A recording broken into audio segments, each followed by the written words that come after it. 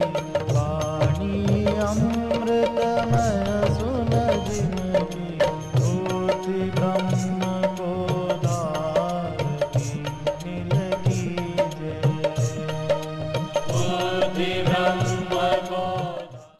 लिप्तता की भ्रांति होती है।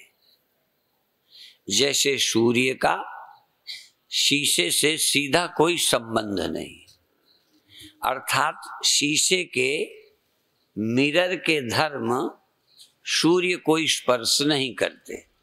शीशा हो न हो, सूर्य के स्वभाव में कोई परिवर्तन नहीं होता, लेकिन शीशे और सूर्य के एक इस जगह होने से सूर्य का रिफ्लेक्शन शीशे में स्वाभाविक बनता है। उसमें न शीशे की गलती है और न सूर्य की। जैसे कोई शीशा लगाते हो तो आपकी नजर शीशे पर पड़ती है और शीशे के माध्यम से आप वह भी देखते हैं जो सीधा नजर में नहीं आता। यदि शीशा तिरछा हो तो हमारी नजर शीशे से टकराकर उसकी प्रतिछाया, नेत्र की प्रतिछाया किसी और को देख लेती है। ऐसे ही सूर्य का प्रकाश शीशे में टकराकर किसी तरफ भी मुड़ जाता है। सूर्य बिना मुड़े, सूर्य की किरण सीधी जो किरण है बिना मुड़े शीशे से प्रतिछाया बनकर, प्रतिबिंब बनकर, रिफ्लेक्शन बनकर, रिफ्लेक्शन मुड़ता है, प्रकट होता है, तिरछा होता है। यह दिखाई पड़ना किसी की गलती नहीं है, ऐसा होता ही है। ड्राइवर शीशे को तिरछा करके पीछे सड़क देखता है, नजर उसकी आगे फिर भी पीछे देख लेता है, सवारियों को देख लेता है, बगल से निकलने वाले वाहनों को देख लेता है शीशे के द्वारा। और शीशा में उसकी नजर एकटक है, जैसे सामने तैसे शीशे से, फिर भी शीशे की उपाधि से उसकी नजर कहीं न जाने पर भी जाती है। इस शब्द पर ध्यान दें, उसकी नजर डायरेक्ट कहीं नहीं जाती, शीशे में है, पर इनडायरेक्ट शीशे के द्वारा कहीं भी ले जाता है। शीशे को मोड़कर ड्राइवर अपनी नजर को ले जाता है। ऐसे ये साक्षी आत्मा, ये चैतन्य आत्मा बिना कहीं मुड़े, बिना कहीं चले, बिना कहीं हिले, अंतःकरण के अनुसार मुड़ जाती है, जगत में आ जाती है, नींद में चली जाती है, किसी विषय का स्मरण कर लेती है। शीशे का नजर का एक अर्थ में कोई संबंध नहीं है। संबंध यदि है तो रिफ्लेक्शन में, और वह सहज है, स्वाभाविक है। शीशे के मुड़ने से रोशनी का मुड़ जाना किसी विज्ञान के द्वारा भी रोका नहीं जा सकता। इस सत्य को ध्यान से सुने। शीशा मुड़ जाए, रिफ्लेक्शन ना मुड़े, ये असंभव है। शीशा गायब हो जाए, रिफ्लेक्शन बना रहे, ये असंभव है। शीशा टूट जाए, शीशा समाप्त हो जाए, रिफ्लेक्शन बना रहे, ये असंभव है। रिफ्लेक्शन तो शीशे के अनुसार ही होगा। सूर्य जैसा है तैसे ही रहेगा। अब देखना यह है कि आप सूर्य हैं या रिफ्लेक्शन है। ये जो सूर्य में बदलने की भ्रांति है वह उपाधि के कारण है। शीशे की उपाधि में बने हुए रिफ्लेक्शन को हम देख पाते हैं। सूर्य स्वयं अपने दर्शन कभी नहीं कर पाया। सूर्य ने जब दर्शन किए हैं तो रिफ्लेक्शन के किए, और शायद सूर्य को भी बुद्धि होती तो भ्रमित हो गया होता कि मैं इधर मुड़ गया, उधर मुड़ गया, वहां चला गया, वहां से लौट आया। जैसे आपका ध्यान कहीं जाता है, कहीं से लौटता है, कभी कहीं कभी कहीं। ये चढ़ता उतरता बदलता हुआ ज्ञान चिदाभास है। चेतन साक्षी आत्मा 1% भी विकारी नहीं है, चेंज नहीं होता है, हिलता नहीं है।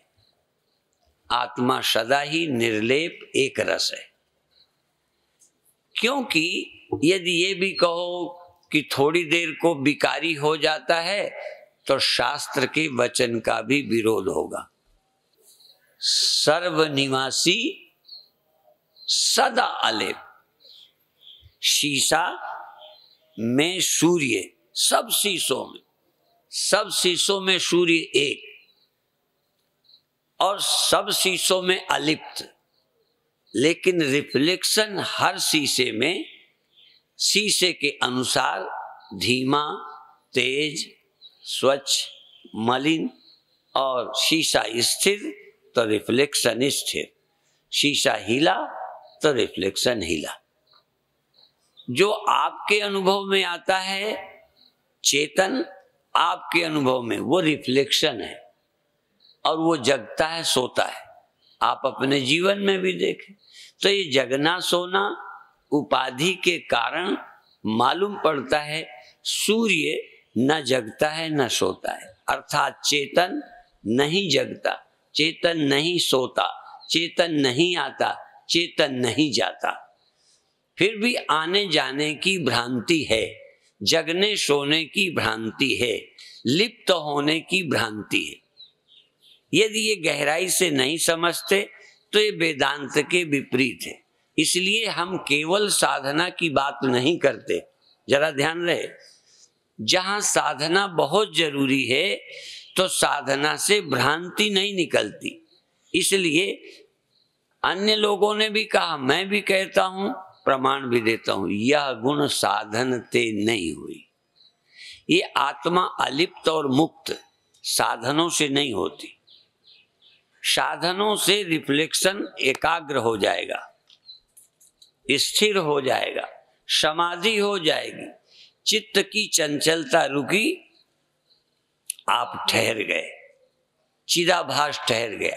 जितनी देर जागे उतनी देर ध्यान, समाधि, प्रसन्न रहे। रिफ्लेक्शन सो गया, अंतःकरण सोया, रिफ्लेक्शन सो गया। ज्ञान के पहले भी ऐसे ही होता है, ज्ञान के बाद भी ऐसे ही होगा। एक भी नमूना आप नहीं दे सकते जो ज्ञान के बाद रिफ्लेक्शन के नियम चेंज हुए हों। इसलिए साधन से एकाग्रता हो जाएगी, समाधि हो जाएगी, आनंद होगा, प्रेम उदय हो जाए, चाहे भगवान के प्रति चाहे पड़ोसी के प्रति, उतनी देर इस अंतःकरण में सुख का प्राकट्य हो जाएगा। ये नियम है। हम कोई कथा जब करते हैं तो कोई नियम के विपरीत नहीं करते। कई बार जिद्दी साधक अपनी साधना के बल से, अभिमान से कहते हैं कि हम ठीक हैं, तुम नहीं। जो ठीक हुआ है वो अंतःकरण है, अंतःकरण में पड़ा आभास है। समाधि हुई अंतःकरण और आभास की, सुषुप्ति हुई अंतःकरण आभास की, जागृति हुई अंतःकरण आभास की। साक्षी न कभी सोया न जागा। तो ये भ्रांति निकालना है तो ये सोचना है कि अंतःकरण आभास ऐसे ही सहज रहते हैं, सहज होते हैं। शीशा मोड़ो, रिफ्लेक्शन मुड़ जाएगा, इसमें कोई प्रयत्न नहीं है। शीशे को स्थिर करो, रिफ्लेक्शन स्थिर हो जाएगा। तो साधन जब करोगे तो जैसे जैसे साधन करोगे तैसे ही तैसा तुम्हारा अनुभव भी होने लगेगा। थोड़ी देर मन निर्मल होगा, पवित्र होगा, आपको ये लगेगा अब मैं पवित्र हो गया हूं। ये हो गया हूं जो पवित्र, ये आभास अंश में अंतःकरण में है। अंतःकरण का बाध कर रिफ्लेक्शन अंश को बाधित करके जो आपका चिद अंश है, पहले ठीक अब भी आगे भी रहेगा। शीशे और रिफ्लेक्शन के नियम को कोई माई का लाल चेंज नहीं कर सकता। जैसा रिफ्लेक्शन तैसे ही अंतःकरण, जैसा अंतःकरण तैसे ही रिफ्लेक्शन। अंतःकरण जागृत हो और तुम रिफ्लेक्शन सोया हो, रिफ्लेक्शन जागा हो, अंतःकरण सोया हो। अंतःकरण की वृत्ति बाहर हो और आप भीतर हो ही नहीं सकता। आभास के और शीशे के एक समान परिवर्तन मालूम पड़ेंगे। इसलिए ज्ञानी भी सोया सोया जैसा, जागा जागा जैसा। रोज कहता हूं कि आपकी तरह यहां भी नींद आती है, आपकी तरह यहां जगना होता है, पर अज्ञानी साक्षी और अंतःकरण में, साक्षी और अहंकार में, साक्षी और अंतःकरण के धर्मों को एक करके मानने लगता है। ज्ञानी इस भ्रम से मुक्त हो गया। इसलिए पहले शब्द सर्वनिवासी सदा अलेपा, एक ये वाक्य याद रखो। दूसरा ब्रह्म ज्ञानी सदा, ये तो नहीं कि सुबह, ये तो नहीं कि ध्यान के समय, सदा निर्लेप। जब अंतःकरण की वृत्तियों के अनुसार परिवर्तन होता दिखता है, तब भी ज्ञानी अपने स्वरूप में इनको आरोपित नहीं करता। इसलिए जो नर दुख में दुख नहीं माने, सुख स्नेह और भय नहीं जाके, अर्थात अंतःकरण में दुखादि होने पर भी ज्ञानी अपने स्वरूप में आरोपित नहीं करता। अज्ञानी आभास अंश में अहम बुद्धि करके अपने में स्वीकार करता है। ये जो भ्रांति है वो गुरु से निकलेगी, साधना से नहीं निकलेगी। यह गुण साधन ते नहीं होई, तुम्हारी कृपा पाओ कोई कोई। ये स्पष्टता किसी गुरु के वचनों से होगी।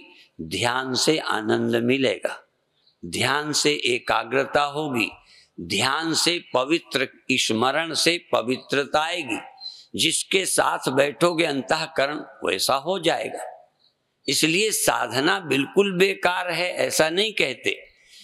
जैसे भोजन से भूख जाती है, पानी से प्यास जाती है, ऐसे चित्त की एकाग्रता चंचलता का हमें सीधा अनुभव होता है कि आनंद आया, अब मन शांत हो गया। तो मन और आभास एक जैसे हैं, इसलिए सहज आदमी को साधना का लाभ मालूम पड़ेगा। चित्त के दोषों से व्यक्ति दुखी होगा। यदि आप प्रत्यक्ष या अपरोक्ष सुख दुख अनुभव करते हैं तो जितना ही चित्त निर्मल होगा उतना ही आप अच्छा अनुभव करेंगे। लेकिन ये भ्रांति नहीं निकली। पानी की स्थिरता से यदि चंद्रमा का प्रतिबिंब स्थिर हो गया, नहीं होगा, आप बोलो। पानी का हिलना बंद हुआ तो जो चंद्रमा का प्रतिबिंब पानी में था वो कैसा होगा? स्थिर होगा। पानी हिल जाएगा, प्रतिबिंब चंचल होगा। अब पानी के हिलने से चंद्रमा का संबंध है या प्रतिबिंब का? पानी की स्थिरता से चंद्रमा या पानी की चंचलता से चंद्रमा में कोई फर्क नहीं पड़ता, इसलिए वो सदा अलेप है। और जो ये समझता है कि मैं प्रतिबिंब नहीं चंद्रमा हूं, वो ब्रह्मज्ञानी है। ब्रह्मज्ञानी सदा निर्लेप, ब्रह्म निर्लेप सदा, और ब्रह्मज्ञानी निर्लेप सदा। क्योंकि ब्रह्मज्ञानी प्रतिबिंब में मैं बुद्धि नहीं रखता, अपने चित स्वरूप में मैं बुद्धि रखता है, इसलिए ब्रह्मज्ञानी सदा निर्लेप। यदि राम रोते भी हों तब भी नहीं रो रहे, यदि ज्ञानी कभी दिखाई भी पड़े कुछ गड़बड़ होता दुखी सा, तो वो तो है ही नहीं। तुम भी उस पर ये नहीं सोचना कि ज्ञानी भी दुखी हो जाता है। दुख सुख होते ज्ञानी भ्रमित नहीं होता, भ्रांति नहीं होती, वो उसका निश्चय चेंज नहीं होता। वो जानता है शीशा हिलने से ऐसा हुआ, पानी हिलने से ऐसा दिखने लगा, लेकिन चंद्रमा अपने को बिगड़ा नहीं मानता। तो अज्ञान से उत्पन्न भ्रांति निकल गई, पर आभास के नियम चेंज नहीं हुए, देह के परिवर्तन के नियम नहीं बदले। इसलिए एक भी ज्ञानी हमें नहीं मिला जिसका जगना सोना व्यवहारिक रूप में बंद हुआ हो, एक भी। यदि मेरी बात को समझते हैं तो ध्यान दें, एक भी, न सतयुग के, न द्वापर के, न त्रेता के, न कलयुग के। चूंकि अंतःकरण के अनुसार आभास का हो जाना नेचुरल है। जैसे शरीर का बचपन जवान बूढ़ा होना नेचुरल है, इस नियम को कोई ज्ञानी चेंज नहीं करता। ऐसे ही अंतःकरण के परिवर्तन से अच्छा लगना, बुरा लगना, जगना, सोना, ये अंतःकरण का नियम है। उस नियम के अनुसार आभास, चिदाभास होता रहता है। आभास की दृष्टि से आज भी मैं सोता हूं, आभास की दृष्टि से आज भी मैं जगता हूं। आभास दृष्टि से जब मन एकाग्र होता है बहुत अच्छा लगता है। मन जब पवित्र प्रेम में युक्त होता है आनंद होता है। जब ध्यान की एकाग्रता होती है बहुत अच्छा लगता है। ये अंतःकरण आभास की दृष्टि से। साक्षी दृष्टि से ये आनंद रहना न रहना, कम ज्यादा होना, ये सहज अनुभूति है। इसका आग्रह ज्ञानी को नहीं रह गया, इसलिए मुक्त है वो। इस चक्कर में नहीं है कि ऐसा ही रहे। इस तरह से अभी साधना द्वारा उस सत्य को जानना है। जैसे बिना शरीर के मनुष्य शरीर के बात नहीं समझ सकते, ऐसे ही ध्यान आदि अभ्यास के बिना ये अंतःकरण के अनुरूप योग दर्शन कहता है वृत्ति सारूप्य मित्रत्र। वृत्ति के अनुसार सदा जीव चिदाभास रहता है। वृत्ति सारूप्यम इतरत्र, वृत्ति के रूप से आभास रहता है और स्वरूप वृत्ति के अनुसार नहीं रहता। तो योग कहता है वृत्ति के निरोध से जैसे आप हो ऐसा अनुभव करोगे, लेकिन अनुभव के बाद वृत्तियां जगना सोना सिस्टम चलेगा। तो आत्मा सदा चेतन है, आत्मा सदा चेतन है, आभास सदा चेतन नहीं है, जगता है, सोता है, परिवर्तन होता है। तो अज्ञानी कितनी साधना करे आभास में अहम बुद्धि रखेगा। समाधि में, जागृत में, ध्यान में, सहस्रार में चढ़ने में आभास में अहम बुद्धि रखता है अज्ञानी, और आभास को अपने अनुसार बनाकर अपने को धन्य समझता है।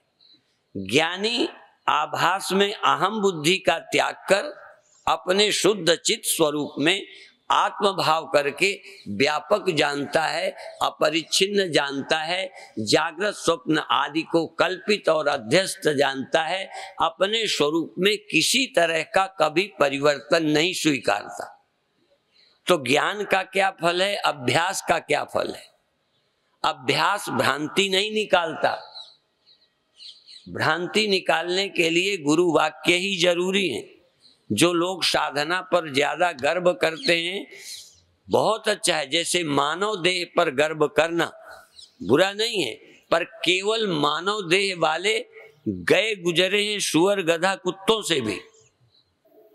इसी तरह समाधि वाले भी अज्ञानी रह जाते हैं, साधना वाले भी भ्रमों से मुक्त नहीं होते।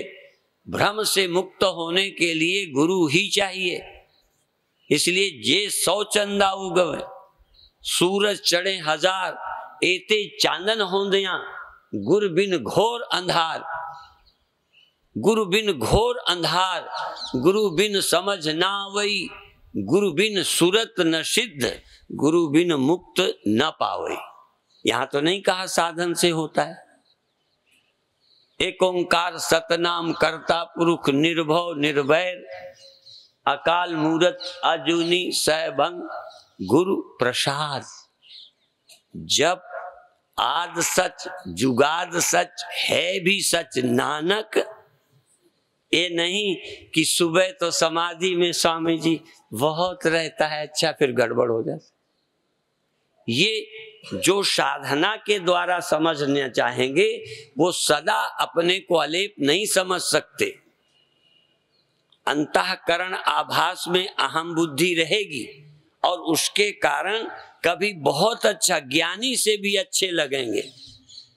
ज्ञानी तो कभी लड़ता मिल जाएगा, समाधि वाला वाह क्या कहना है, लेकिन वह भ्रांति से मुक्त नहीं है। जैसे योगाभ्यास करने वाला वेदांत चिंतन वाले की तुलना में शरीर से हेल्दी होगा, स्वस्थ होगा, शरीर से स्वस्थ होगा, अच्छा लगेगा। लोग कहेंगे योगाभ्यास का बड़ा फायदा, पर योग के अभ्यास से मिला फायदा अविनाशी नहीं होगा। शरीर जाएगा और ज्ञानी पहले ही शरीर को नश्वर मानता है। योगाभ्यासी चिदाभास को अच्छा करना चाहता है, ज्ञानी पहले ही आभास अंश को मिथ्या मानकर अपने स्वरूप में ही आत्मबुद्धि करता है। यस्तु सर्वाणि भूतानि आत्मन्नेवानुपश्यति सर्वभूतेषु चात्मानं ततो न विजुगुप्सते। वो अपनी आत्मा को सर्वत्र देखता है। कोई भी आभास में अहम बुद्धि रखने वाला, कभी वो दशम द्वार में है, कभी हृदय में है, कभी विशुद्ध चक्र में है, कभी मूलाधार में, कभी भीतर है, कभी बाहर है। जहां आभास तहां वो, पर आत्मा कहां है और कहां नहीं है। इन सब भ्रांतियों को निकालने के लिए वेदांत है। हम तो ध्यान आपको थोड़ा करा देते हैं कि तुम्हें ये न लगे कि ये तो ध्यान जानते ही नहीं। इनको तो उजेला दिखाना ही नहीं आवे, इसलिए। लेकिन भ्रांति का निकलना, मन का एकाग्र होना भी अलग है। एकाग्र तो पहले भी कभी न कभी स्त्री आदि में हुआ होगा, रुपया गिनने में हुआ होगा, और खुशी भी कभी किसी न चीज से हुई होगी। तो वेदांत में खुशी की कोई वैल्यू नहीं है, मन की एकाग्रता की वैल्यू नहीं है। ध्यान रखना, हमने एकाग्र किया है, लोगों को मालूम है हम कितना ध्यान करते रहे। ध्यान का एक अपना आनंद है, पर निर्भ्रांत होना अलग बात है। इसलिए बाहर भीतर एको जानो। कौन ध्यान वाला बाहर भीतर अपने को एक ही समझेगा? वो सारे से हटा के भीतर किसी गुहा में बैठ करके अंदर है। बाहर भीतर एको जानो, ये गुरु ज्ञान बताई, जन नानक बिन आपा चीने मिटे न भ्रम की काई। और वेदांत के अलावा जितने अभ्यासी हैं वो कहते हैं ये सब बातें हैं। और मैं ये कहता हूं कि कितना अभ्यासी हो आनंद में हो, लेकिन यदि वेदांत को सही नहीं समझता तो भ्रांति से मुक्त नहीं होगा, आनंद में डूब जाएगा, बिल्कुल डूबेगा। वो तो मन की एकाग्रता पवित्रता का एक लाभ है, पर शरीर रहते शरीर जैसे एक समान नहीं रहता, मन भी एक अवस्था में नहीं रहता। इसलिए हमने करके देखा है, कल भी हमने बताया था कि यदि 16 घंटे समाधि लग जाएगी तो आगे मांग खत्म। कई लोग कहते महाराज आशीर्वाद दो ये ठीक हो जाए। कई हॉस्पिटल से ठीक होके आ गए, पर आशीर्वाद की मांग आगे भी बनी रही। ये तो नहीं कि ठीक होके आ गए तो काम बन गया, फिर दोबारा हॉस्पिटल गए, फिर आशीर्वाद, फिर ठीक होके आ गए। हाँ, बहुत ऐसे ठीक होके आए, फिर वो खुश, मेरा आशीर्वाद सक्सेस, मैं शाबाश धन्यवाद के पात्र हो गया। फिर वो हॉस्पिटल चले गए, फिर आशीर्वाद दिया। तब माई जब फिर कहने लगी इनके लिए फिर आशीर्वाद दो, मैंने कहा माता जी एक दिन मैं ही फेल हूंगा, मेरा आशीर्वाद व्यर्थ जाना है, एक दिन ये मरेगा ही। ये बकरे की मां कब तक खैर मनाएगी? इस सत्य को समझने की कोशिश करो और निर्द्वंद हो जाओ। कुछ भी नहीं है कि तुम ये कर लोगे कि वो कर लोगे, कुछ तुम्हारे हाथ में नहीं। बस एक भ्रांति निवारण है, और भ्रांति निवारण गुरु के वचनों से होगी, साधना से। हाँ, साधना से गुरु वचन समझने की योग्यता आ जाएगी। जैसे मानव देह के बिना वेदांत सम्मेलन में भाग नहीं ले सकते। कुत्ते लेते हैं ना भाग, बोलो, यहाँ कुत्ते आजकल बहुत फिरते हैं। वो जगते नहीं कि उनकी आंखें नहीं कि कान नहीं। तो वेदांत सुनने के अधिकारी मानव देह के अलावा हैं। ऐसे ही जो अभ्यासी नहीं है, चित्त एकाग्र नहीं करते, उपासक नहीं है, भजना में डूबते नहीं, वो गुरु के वचनों से भ्रांति भी नहीं हटा सकेंगे। इसलिए साधना जरूरी है। साधना व्यर्थ नहीं है। कहीं भ्रम में पड़ जाओ कि ध्यान का हमने खंडन किया। जैसे मानव देह अविनाशी नहीं है, पर मानव देह आवश्यक है, नाशवान है, इसका मतलब मनुष्य देह की कोई महिमा नहीं है। नाशवान गधे की तरह, पर महत्व है। इसी तरह समाधि एकाग्रता भी न रहने वाली अवस्था है, पर समाधि चित्त की एकाग्रता सुनते समय, प्रवचन सुनते समय बहुत जरूरी है। नहीं, भ्रांति नहीं हटेगी।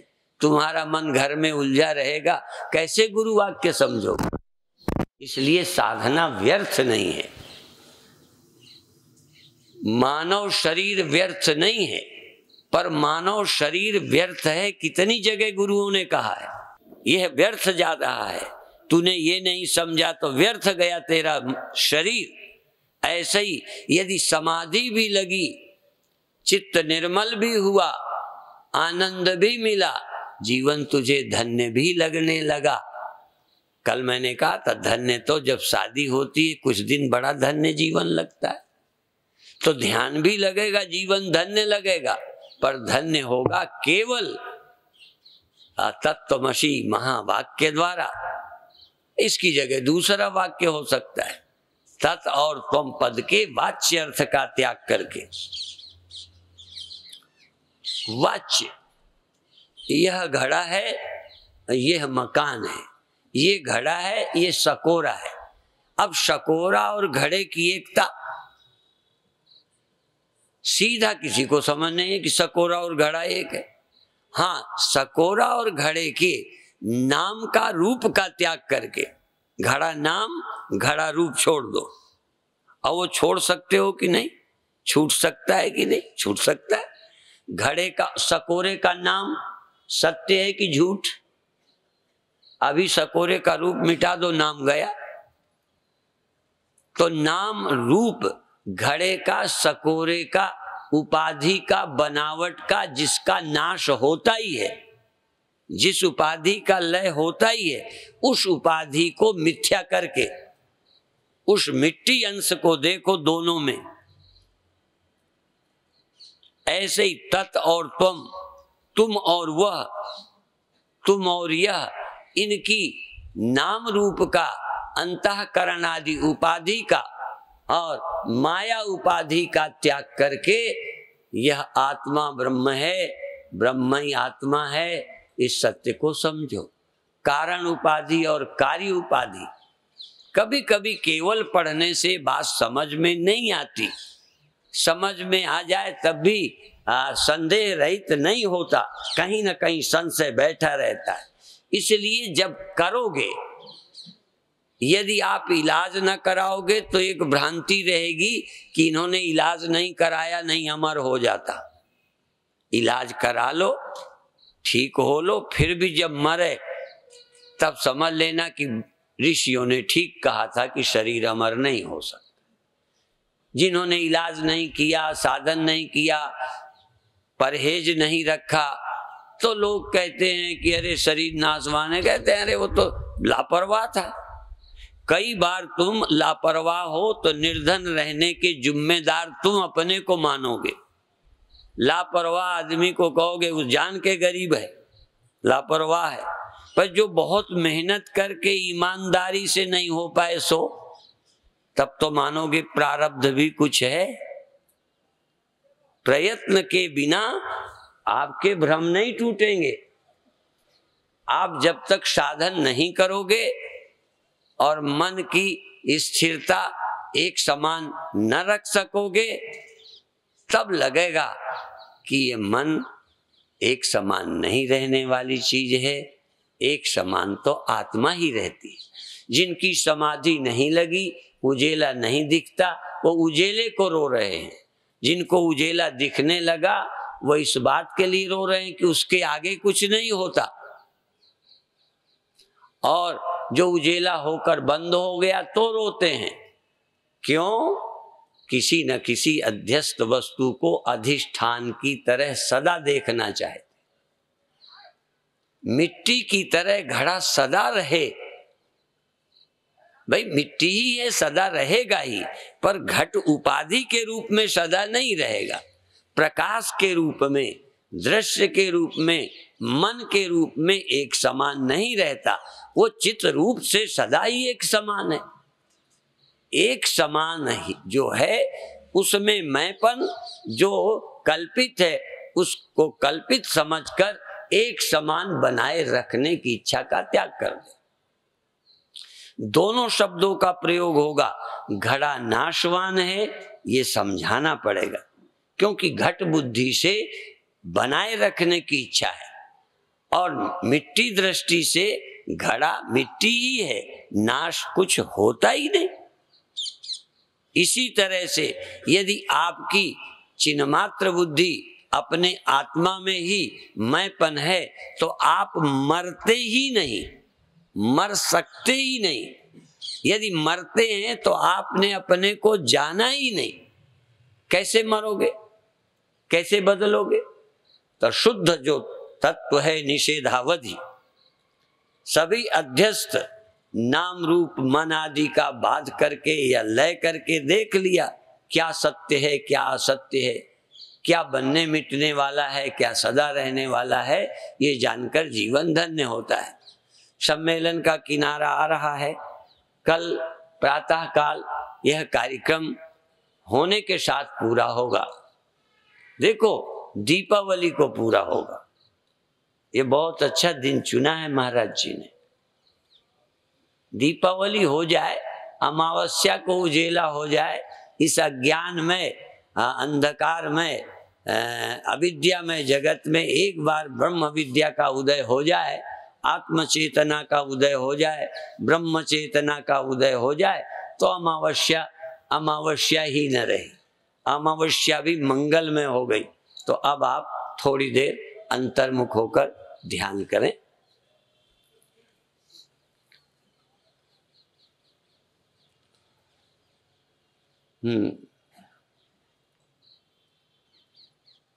कुछ विचार तो मुझे दिए गए थे और कुछ करने के, पर मैं तो अपना ही करके छुट्टी लूँगा। फिर कभी हरिद्वार में शिविर होगा, वहाँ भी प्रयोग कराते हैं, और कहीं होंगे। कुछ लोगों को जो बहुत नज़दीकी हैं वो कहते हैं कि रुपए क्यों लगा दिए।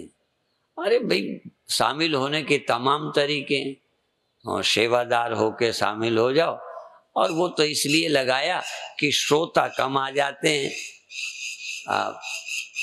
फ्री कागज बंटता हो ना तो सब ले लेंगे, फेंक देंगे। इसलिए थोड़ा सा बंधन लगाया कि साधकों को लाभ हो जाए। साधकों के अलावा असाधक न पहुंचे, जिन्हें इसमें रुचि नहीं है वो ना पहुंचे। रुचि वाले हों तो आप जानते हो आजकल चल रहा है ना कि उनको माफ कर दिया जाए, जिसने संसद में बम डाले थे। पर राष्ट्रपति को इतना एक पावर है कि यदि माफ करने लायक हो, कोई भूल चूक हुई हो तो कोर्ट के फैसले के बाद भी माफ कर सकता है। तो शिविर में भी जो इस पात्र हैं वो नियम के बाहर हैं।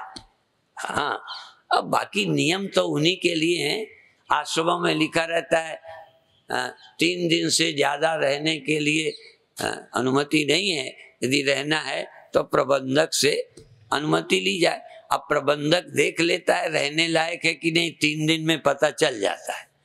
तो देख लिया नहीं रहने लायक है तो भैया लिखा है, वो लिखा सिर्फ उन्हीं के लिए जिन्हें नहीं रखना, बाकी रहने वाले के लिए। क्या आश्रम में घर वालों के लिए भी लिखा है कि 3 दिन से ज्यादा नहीं रहेंगे? तो इसी तरह से सत्संगियों के लिए तो भगवान का द्वार और संतों का आश्रम सदा खुला है, आप लोग लाभ ले सकते हैं। अब आप आंख बंद करें। हाँ, अब आंख बंद करके क्या करें? याद करें पुरखों की, याद करें पुराने कर्मों की, याद करें आप किए कराए ना, याद करें तुम कौन हो। शांत होकर ना आनंद की इच्छा करो, ना डरो, न कर्मों की याद करके पश्चाताप करो, न कोई पुण्य की याद करके हर्ष को प्राप्त हो। हर्ष और शोक, लाभ और हानि, जन्म और मृत्यु के ख्याल हटाओ। जिसका जन्म मृत्यु होता है उससे ही ख्याल हटा लो। एक यही है जिसका जन्म नहीं होता, जिसकी मृत्यु नहीं होती। पर निर्णय करने के लिए थोड़ा बुद्धि का सहारा, विवेक का सहारा लो, और जो कुछ जानने समझने में आता है सबको माया समझो, स्वप्न समझो। यहां तक तुम दृष्टा हो, यह दृश्य है, तुम चेतन हो, यह जड़ है, यह भी अंतिम साधन नहीं है। यह जड़ है, तुम चेतन हो, ये दृश्य है, तुम दृष्टा हो, ये भी अच्छा है।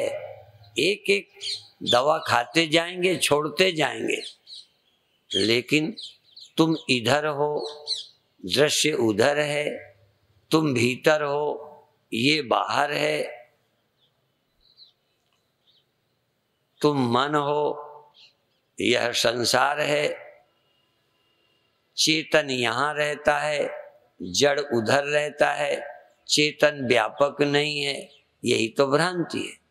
चेतन सिर्फ अंतःकरण में रहता है। हाँ, अंतःकरण में चेतन और चिदाभास दो रहते हैं। सुषुप्ति में चेतन और चिदाभास लय रहते हैं, लय हो जाता है। तो चेतन अंश में फर्क नहीं है, आभास अंश में फर्क है। जागृत और सुषुप्ति में, आत्मा में फर्क नहीं है। ध्यान रखना, समाधि में और जागृत में, समाधि और विक्षेप में, चेतन में फर्क नहीं है। फर्क है अध्यस्त अंतःकरण में।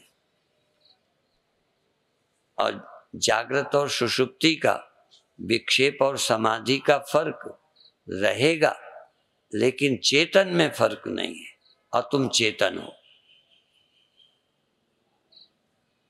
पाप और पुण्य का प्रभाव अंतःकरण में पड़ता है, कर्म का प्रभाव पड़ता है, पर अंतःकरण और आभास एक जैसे हो जाते हैं।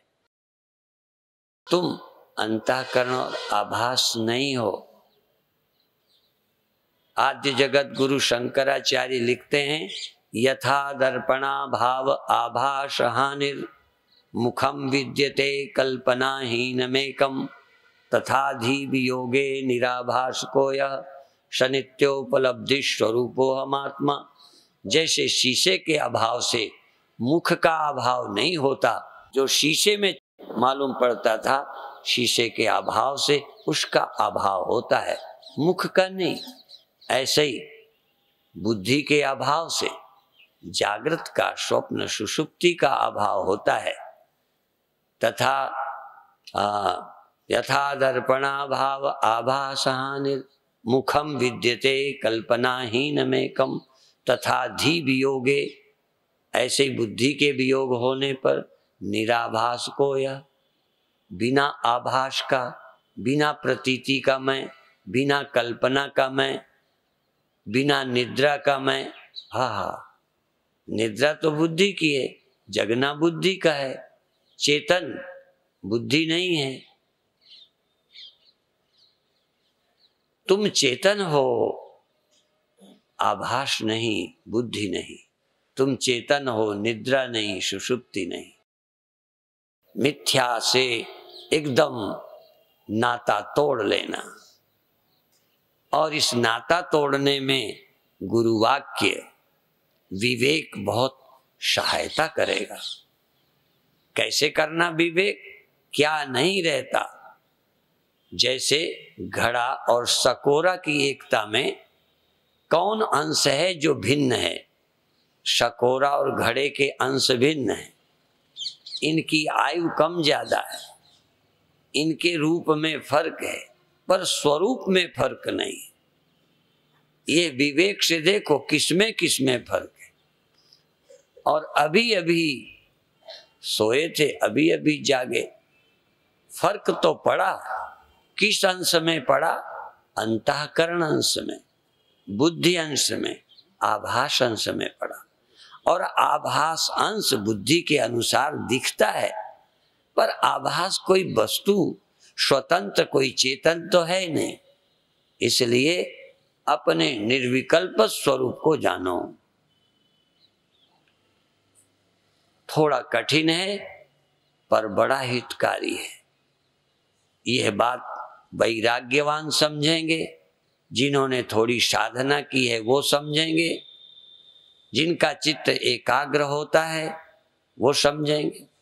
यदि बुद्धि का शरीर का महत्व न होता तो ये मनुष्य शरीर की जरूरत न होती। यदि अंतःकरण की एकाग्रता का महत्व न होता तो साधना व्यर्थ हो जाती। पर यदि साधना और एकाग्रता से ही सब कुछ मिल गया तो फिर गुरु की और गुरु वाक्य की वाणी की जरूरत न होती। इसलिए गुरु ग्रंथ, गुरुवाणी इसलिए सार्थक है कि सब कुछ करने के बाद भी भ्रांति तो गुरु वाक्यों से, महावाक्यों से, उपनिषद वाक्यों से ही निकलती। जैसे जवानी का एक अपना आनंद है, धन का एक अपना आनंद है, थोड़े दिन रहता है नशा जैसे शराब का, ऐसे साधना का, साधना के वेग का भी कुछ दिन तक प्रभाव रहता है। पर आत्मा तो वो है जिसमें कभी परिवर्तन नहीं होता। इसलिए आप शरीर से दृष्टि हटा लो, कर्मों से दृष्टि हटा लो, इंद्रिय के विषयों से दृष्टि हटा लो, मन और मन के सुख दुखों से दृष्टि हटा लो। बुद्धि और बुद्धि की जागृत स्वप्न सुषुप्ति, इन अवस्थाओं की कल्पना हटाकर तुम देखो इन सब के साक्षी कौन है, किसके रहते हुए हैं। पर अंतःकरण आभास और साक्षी में ऐक्य मालूम पड़ता है, जबकि आभास और अंतःकरण में ऐक्य है। साक्षी तो अंतःकरण आभास के एक लगने पर भी चेतन तो सदा ही अलिप्त है। चेतन लिप्त होता नहीं, आभास की अंतःकरण की तादात्म्यता है, मिला हुआ लगता है। आभास कैसा? जैसा बुद्धि। कब तक आभास? जब तक बुद्धि। कैसा? जैसी बुद्धि। तो आभास और बुद्धि सहज एक जैसे होते हैं। जिधर अंतःकरण सोया, आभास सो गया। इनमें कभी भी एक अलग नहीं। अंतःकरण जागा, आभास जग गया, जग गया। अंतःकरण जहां, आभास वहां। पर साक्षी सदा सदा सदा। सदा निर्लेप इस सत्य का अनुभव करिए जो सर्वत्र एक है। हमारे गुरु उपनिषदों का ये भी है कि आत्म परमात्म एको करे, चेतन चेतन एक। ये भ्रांति हटाना, सबको एक जैसी दवा नहीं संतों ने दी है। किसको क्या करना, किसी को पाप से पहले हटाना, किसी को ध्यान आदि से विक्षेप रहित करना, और विक्षेप रहित होने पर जब एक समान अपने आप में अनुभव ना करे तब तत्व का ध्यान, तत्व का विचार देना। बहुत अच्छे।